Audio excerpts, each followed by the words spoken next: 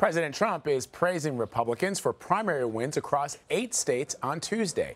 In a series of tweets today, the president wrote, "Great night for Republicans. So much for the big blue wave. It may be a big red wave." It goes on to say many more Republican voters showed up yesterday than the fake news thought possible. Remember, Dems are high tax, high crime, easy to beat. That's from the President of the United States. To help us break down what comes next for Republicans, let's bring in Jesse Hunt in Washington. He is the National Republican Congressional Committee Press Secretary. Good to see you. Hey, thanks for having me. So you saw those tweets from the president praising the 2 big wins in California, one for the GOP gubernatorial candidate John Cox and the other for Congressman Dana Rohrabacher.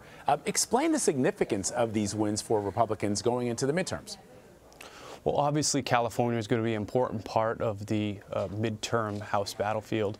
And last night, we actually saw a tremendous Republican turnout. We saw our best general election candidates make it through to the runoff. We had Young Kim in California 39, Diane Harkey in 49, along with our incumbent members have very stellar performances. And right now, Democrats were forced to spend over $7 million just to drag damaged candidates through to the starting line of a runoff, and that's not really a position of strength for them. Yeah, that's a good point. And Democrats are, though, targeting 10 of the 14 Republican districts in the state of California. What's the GOP strategy to avoid losing those seats? Well, obviously, our candidates are focused on running effective campaigns, being well-funded, communicating a message. But I think right now in California specifically, we're seeing a gas tax issue pop up. Last night, there was a recall election in Orange County where a state senator who had voted for the gas tax was voted out and recalled because Republican voters turned out in droves. This is an issue that's going to be on the ballot in the fall, and we feel like it's going to be a very strong motivator for Republican voters who are tired of being taxed by the Democrats in California.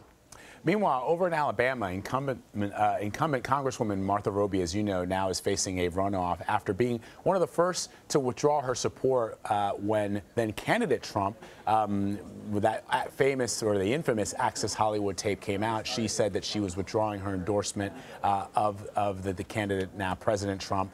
Do you expect him to back the incumbent, or is he going to back the former Democrat turned Trump Republican instead, which is sort of an interesting story on its own? That's going to be up to the president and obviously Martha Roby. I'm sure they'll have a conversation at some point. But Congresswoman Roby has been a champion for Alabama's 2nd District. We're confident that she will knock off her challenger, who might be the only Republican in the country running on the pro-Pelosi platform, given his former Democratic ties. You say, yeah, right. So he was a Democrat, and he did help make Nancy Pelosi a House leader. Now he's a Republican, though, and he says he's for Trump. That issue is going to come back to haunt him. Like I said, he might be the only Republican in the country that is of the pro-Pelosi platform. I don't think that's necessarily something that's going to jive with many voters in Alabama, too.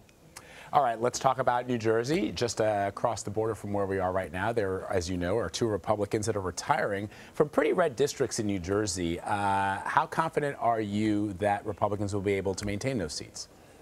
We're pretty confident. We had some strong candidates emerge from the primaries last night. Obviously, the Democrats weighed in early and were able to usher their candidates through. That's the benefit of meddling in their own party's primaries.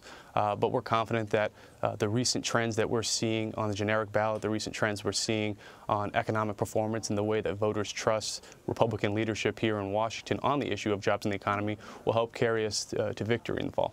All right, Jesse Hunt, thank you so much for being with us. We appreciate it. Great. Thanks for having me.